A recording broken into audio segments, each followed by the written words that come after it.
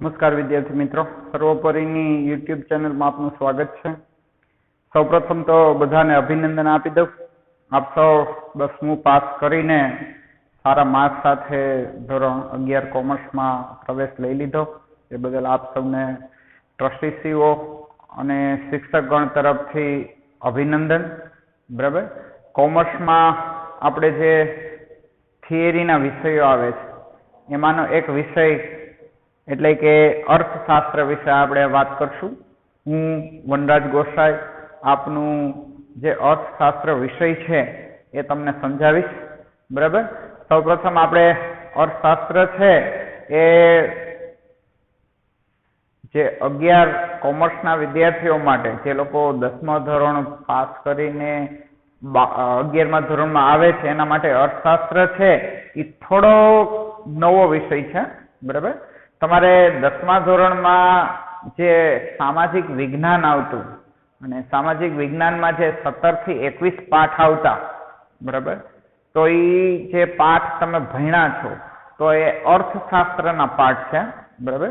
ટૂંકમાં જે આર્થિક પ્રવૃત્તિને લગતા બેરોજગારી ને HDI હ્યુમન ડેવલપમેન્ટ ઇન્ડેક્સ વિશે તમારે ભણવામાં આવી ગયું છે.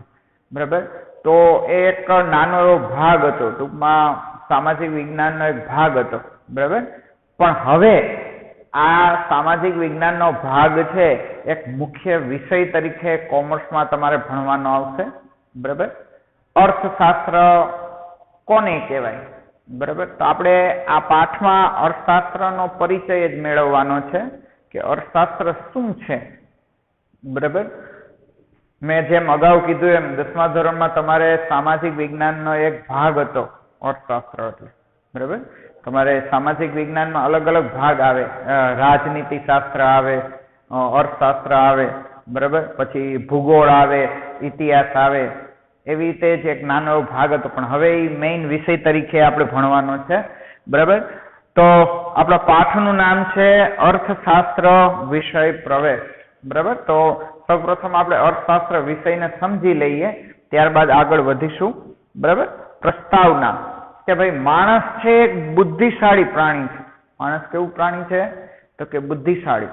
બધા જે પ્રાણીઓ છે એમાં માણસને ભગવાને બુદ્ધિ આપી છે. બરાબર. આ બુદ્ધિ છે એ આપણને બીજા પ્રાણીઓથી અલગ કરે છે, બીજા પ્રાણીઓથી અલગ તારવે છે. બરાબર. તો માણસ છે બુદ્ધિશાળી પ્રાણી હોવાથી તો કે વિશ્લેષણ કરી શકે છે, વર્ગીકરણ કરી શકે છે. બરાબર. કોઈ પણ જગ્યાએ તમે જાઓ, તમે રસ્તા ઉપર ચાલ્યા જાઓ છો, બરાબર, અચાનક કોઈ ધડાકો થાય છે તો તમે તરત જ બજારમાં નાસભાગ થઈ જશે, કારણ કે ખબર પડે ભાઈ ખતરો છે કંઈક. બરાબર. ખબર પડે કે ભાઈ આ વસ્તુથી આપણને ખતરો છે. બરાબર. આપણે બાઇક લઈને જતા હોય, ખાડો આવે છે તો આપણે ખાડો તારવી નાખીએ છીએ. બરાબર. જો કે સ્પીડ જાજી હોય તો કદાચ ન તરવાય, પણ લગભગ તારવી નાખીએ છીએ. બોમ્બ આવે ત્યારે ગાડી આપણે ધીમી પાડીએ છીએ. શું કામ?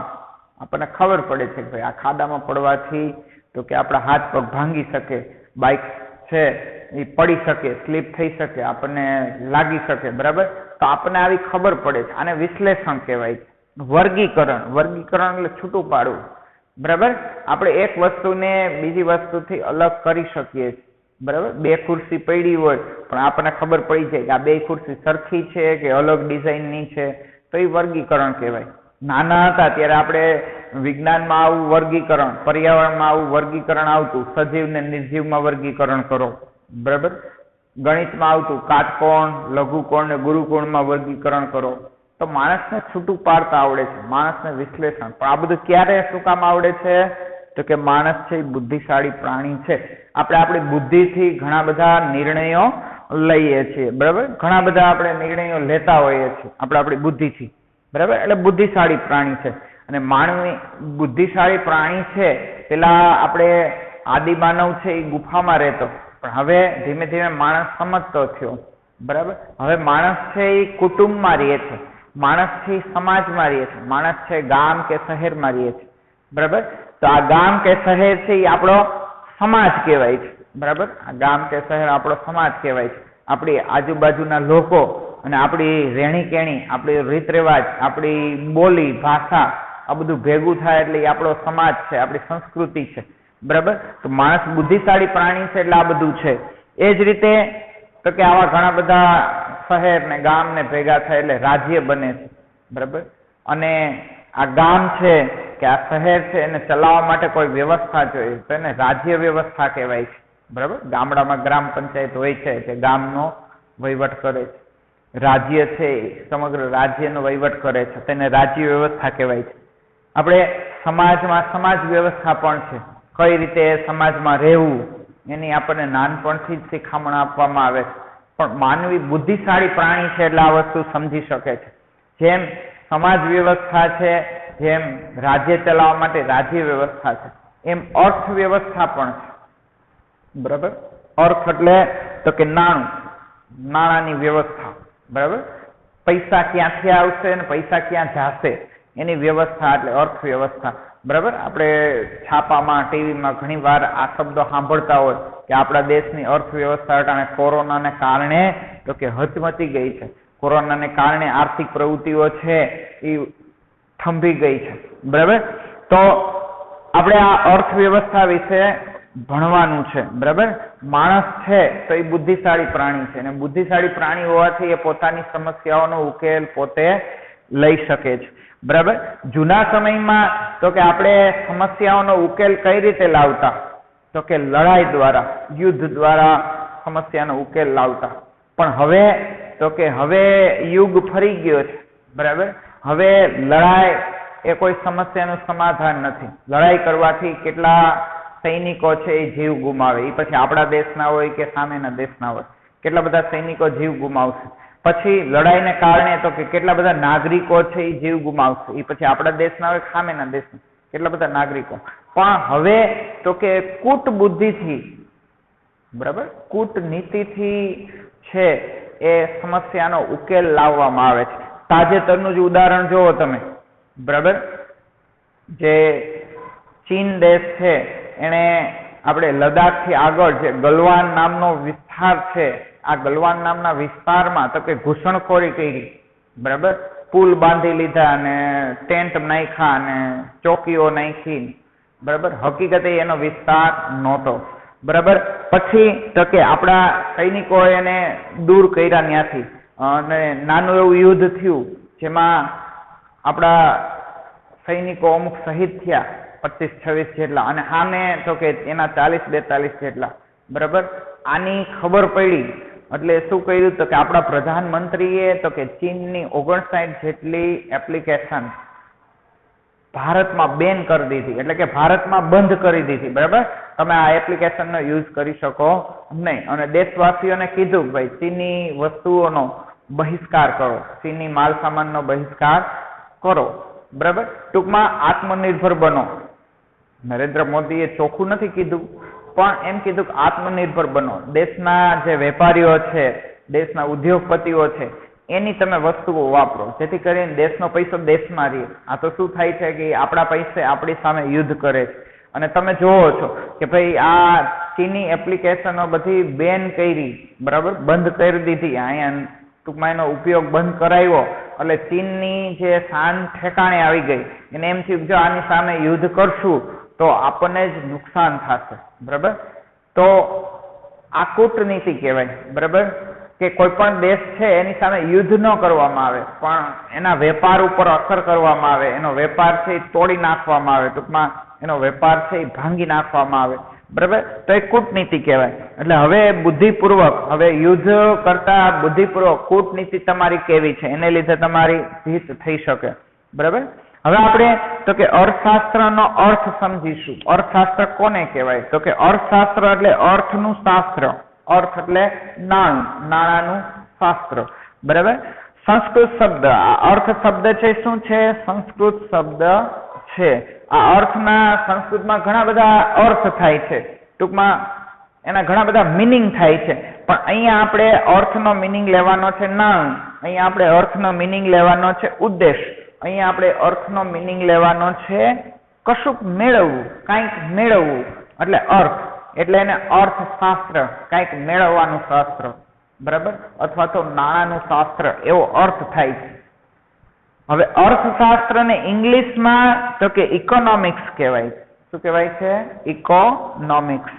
આ ઇકોનોમિક્સ શબ્દ છે એ અંગ્રેજી ભાષામાં તો કે ગ્રીક ભાષામાંથી આવ્યો છે. બરાબર, ઇકોનોમિક્સ છે એ ગ્રીક ભાષામાંથી આવેલો શબ્દ છે. ગ્રીક ભાષામાં શબ્દ હતો ઓઇકોનોમોસ. શું હતું? ઓઇકોનોમોસ. બરાબર, જે પ્રાચીન ગ્રીસમાં ઓઇકોનોમોસ શબ્દ વપરાતો. હવે પ્રાચીન ગ્રીસમાં ઓઇકોનોમોસ તો કે બે શબ્દોનો બનેલો છે.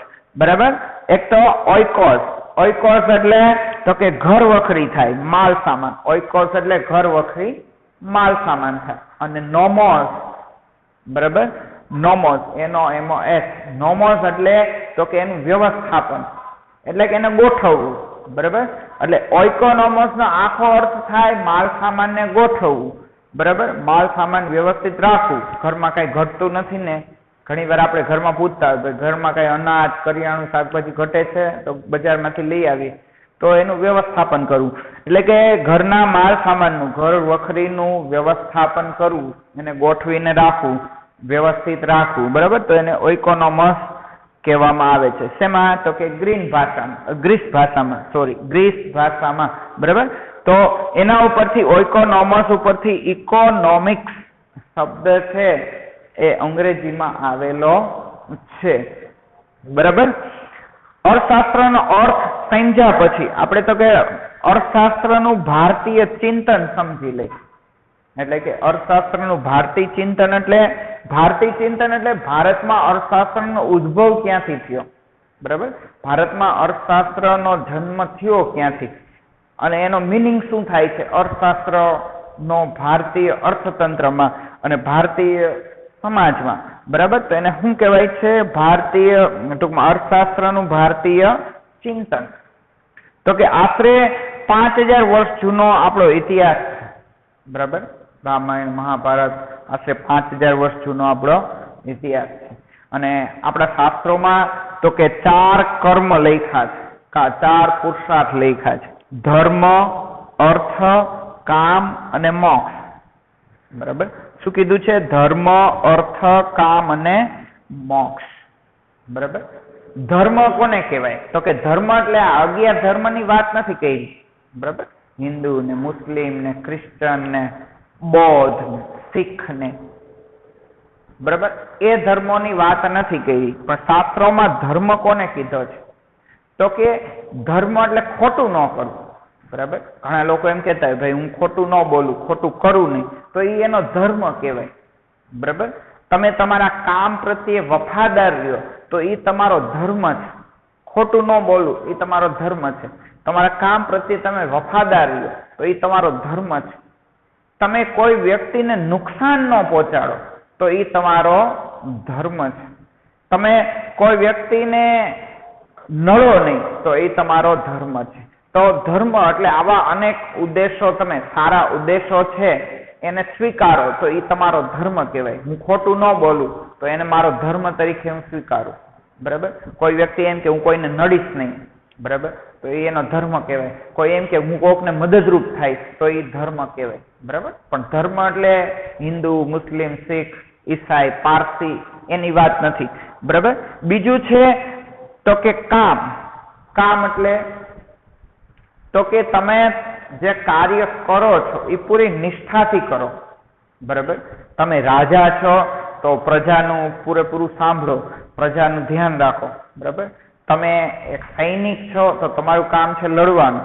બરાબર, તો દુશ્મનની સેના સામે તમે પૂરેપૂરા જુસ્સાથી લડો. બરાબર, તમે એક વેપારી છો તો એક વેપારી તરીકે તમે ખોટું ન કરો, તમે તમારા ગ્રાહકને ન છેતરો, તો એ તમારું કામ કહેવાય. બરાબર, અને મોક્ષ.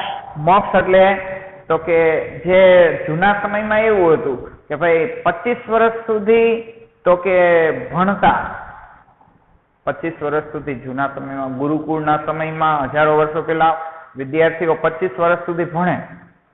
બરાબર, પછી તો કે 25 વર્ષથી તો કે 50 વર્ષ સુધી તો કે ઘરનું વ્યવસ્થાપન કરે, ઘર ચલાવે.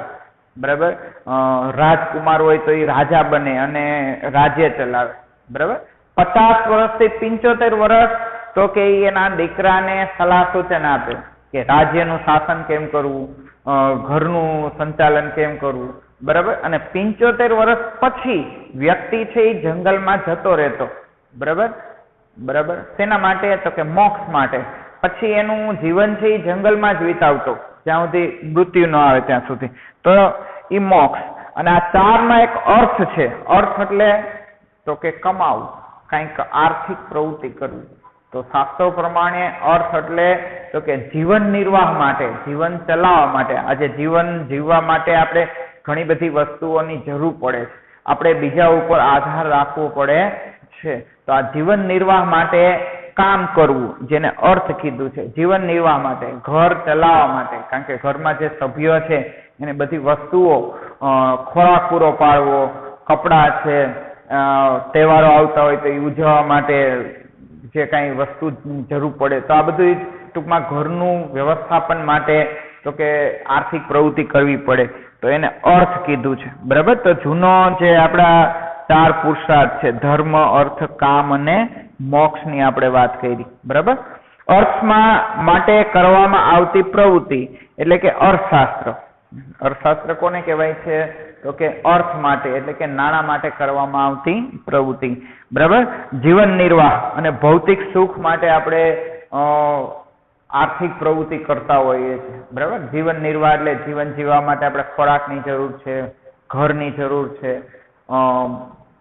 કપડા લતાની જરૂર છે. તો આ બધું એમનેમ તો ન આવે, એના માટે તમારે આર્થિક પ્રવૃત્તિ કરવી પડે, નાણું કમાવવું પડે. ભૌતિક સુખ માટે, બરાબર, પંખો છે, એસી છે, ફ્રીજ છે, બાઇક છે, કાર છે, આ બધી વસ્તુ એમનેમ ન મળે, તો એના માટે તમારે ધન કમાવવું પડશે, બરાબર. આશરે 2500 વર્ષ પહેલા તો કે અર્થશાસ્ત્રનું પુસ્તક જે કૌટિલ્ય નામના એક ગુરુ થઈ ગયા, એક ઋષિ થઈ ગયા, એને કૌટિલ્યનું અર્થશાસ્ત્ર લખ્યું, બરાબર.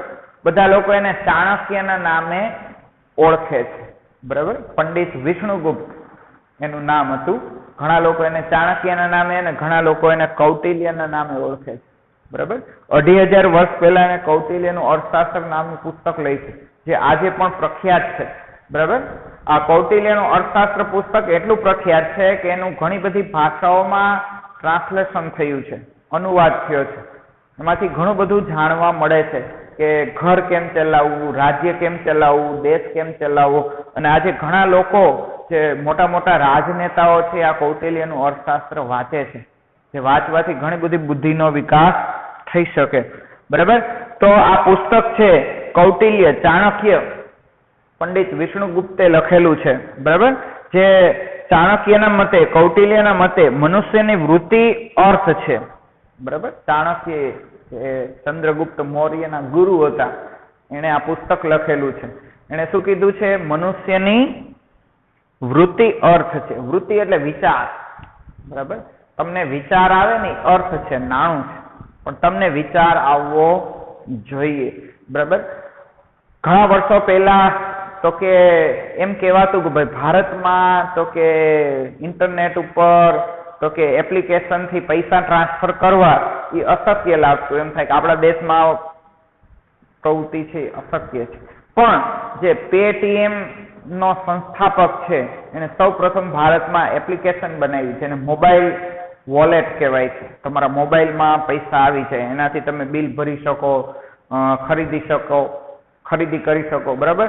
તો તમારા બેંક ખાતામાંથી તમારા મોબાઈલના વોલેટમાં એપ્લિકેશનના પૈસા આવે, તો એને પેટીએમ નામ આપ્યું અને એક શરૂઆત કરી. પણ ટૂંકમાં એક વિચારને લીધે તો કે ઘણો બધો પૈસો કમાઈ શક્યો, પણ એવો વિચાર આવવો જોઈએ, બરાબર. તો કીધું છે કે ભાઈ મનુષ્યની વૃત્તિ અર્થ છે, બરાબર. તમને કામ કરવાની ઈચ્છા, આપણે ઘણી વાર કહેતા હોય આની વૃત્તિ જ નથી, બરાબર. તમને કામ કરવાની ઈચ્છા હોવી જોઈએ તો તમે કંઈક કમાઈ શકશો. એટલે કીધું છે મનુષ્યની વૃત્તિ અર્થ છે, વસવાટ વાળી ભૂમિ અર્થ છે, બરાબર. તમે જુઓ કે મોરબીમાં તો કે રવાપર રોડ ઉપર જે જમીનના ભાવ હશે એ કોઈ ખેતરમાં ભાવ નહીં હોય, બરાબર. જે ગામની બહાર જે ખેતરના ભાવ, ખેતરની જમીનના ભાવ અને ગામની અંદર જે જમીન છે એ ભાવમાં ડિફરન્સ હશે. શું કામ? તો કે માણસો રહે છે, વસવાટવાળી ભૂમિ છે, તો એના ભાવ તમને વધારે મળશે, બરાબર. એની કિંમત, એ જમીનની કિંમત વધારે થશે. તમે જુઓ, જે ગામમાં બજારમાં દુકાન હશે તો એ દુકાનની કિંમત વધારે થશે, બરાબર. આજે રવાપર રોડ ઉપર દુકાન હશે તો એની કિંમત વધારે આવશે, પણ કોઈ શેરી સોસાયટીમાં નાની એવી દુકાન હશે તો એની કિંમત એટલી નહીં આવે, કારણ કે તમને ત્યાં એટલા ગ્રાહક મળતા નથી, જ્યારે બજારમાં તમને ગ્રાહક વધારે મળશે, બરાબર. એટલે કીધું છે વસવાટવાળી ભૂમિ છે એ અર્થ છે, બરાબર, નાણું છે. આ સિવાય લાભ પાલનના ઉપાયોનું શાસ્ત્ર એટલે અર્થશાસ્ત્ર, બરાબર. લાભ પાલનના ઉપાય, આપણે પશુપાલન કરીએ છીએ, પશુપાલન કરો તો ગાયો છે, ભેંસો છે, એ તમને દૂધ આપે. આ દૂધ તમે ડેરીએ વેચીને પૈસા કમાઈ શકો છો, તો એ પાલન, આપણે એને શું કહીએ? પશુપાલન કહીએ છીએ, બરાબર. એ જ રીતે મરઘા બતકા ઉછેર છે, એ તમે મરઘા બતકા ઉછેરીને પોલ્ટ્રી ફાર્મ બનાવીને પણ પૈસા કમાઈ શકો છો. ઘણા લોકો તો કે મધ ઉછેર કેન્દ્ર બનાવે છે, બરાબર, અને મધથી પણ પૈસા કમાઈ શકે છે. એટલે લાભ પાલન વાળી ના ઉપાયો છે એ પણ અર્થશાસ્ત્ર છે, બરાબર. કૌટિલ્યએ પોતાના અર્થશાસ્ત્રમાં તો કે માનવ કલ્યાણ અને નીતિશાસ્ત્રને મહત્વ આપ્યું છે. આપણા શાસ્ત્રોમાં પણ નીતિશાસ્ત્રની વાત થઈ છે. નીતિશાસ્ત્ર એટલે ખોટું ન કરવું, બરાબર. તમે જુઓ, જે જૂના વેપારીઓ હતા એ પોતાના લાલ ચોપડા, જે હિસાબ કિતાબના ચોપડા હતા, ઉધાર જમાના ચોપડા હતા, તો આ લાલ ચોપડામાં પેલા પેજ ઉપર તો કે શ્રી ગણેશાય નમઃ લખતા, સાથીઓ કરતા, અને સૌથી ઉપર લખતા કે શ્રી સવા, બરાબર. આ શ્રી સવા શું કામ લખતા?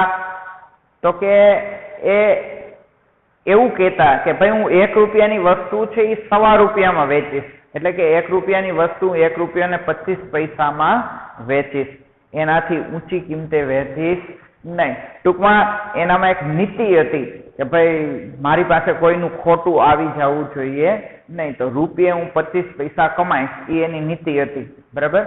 એટલા માટે શ્રી સવા લખવામાં આવતું. અને ક્યારેક જો કોઈની પાસેથી, કારણ કે માનો કે 3 રૂપિયાની વસ્તુ હોય તો 3 રૂપિયાને 75 પૈસામાં વેચે, હવે 75 પૈસા છૂટા ન હોય તો એ 4 રૂપિયામાં વસ્તુ વેચી હોય તો એને એમ થાય કે 25 પૈસા કોકના ખોટા આવી ગયા.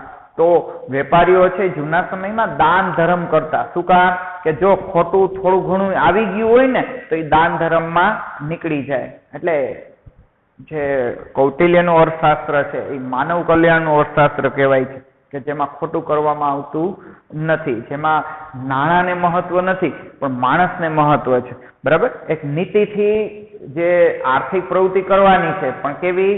નીતિથી કરવાની છે, અનીતિથી કરવાની નથી. તો વિદ્યાર્થી મિત્રો, આજે આપણે તો કે અર્થશાસ્ત્રના વિષય પ્રવેશમાં તો કે અર્થશાસ્ત્રનો અર્થ સમજ્યા અને અર્થશાસ્ત્રનું ભારતીય ચિંતનની વાત કરેલી છે, બરાબર. હવે તમારે એક ફેરબુક બનાવવાની છે. ફેરબુક એટલે પાકી નોટ બનાવવાની છે, બરાબર.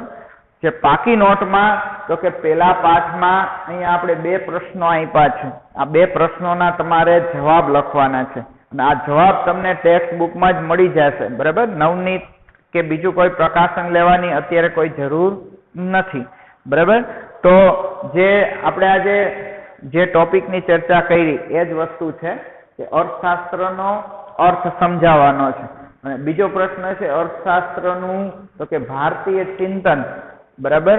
આ 2 પ્રશ્નોના જવાબ લખવાના થાય છે. અહીંયા આપણે વિડીયો આપણો પૂરો કરીએ છીએ. નમસ્કાર.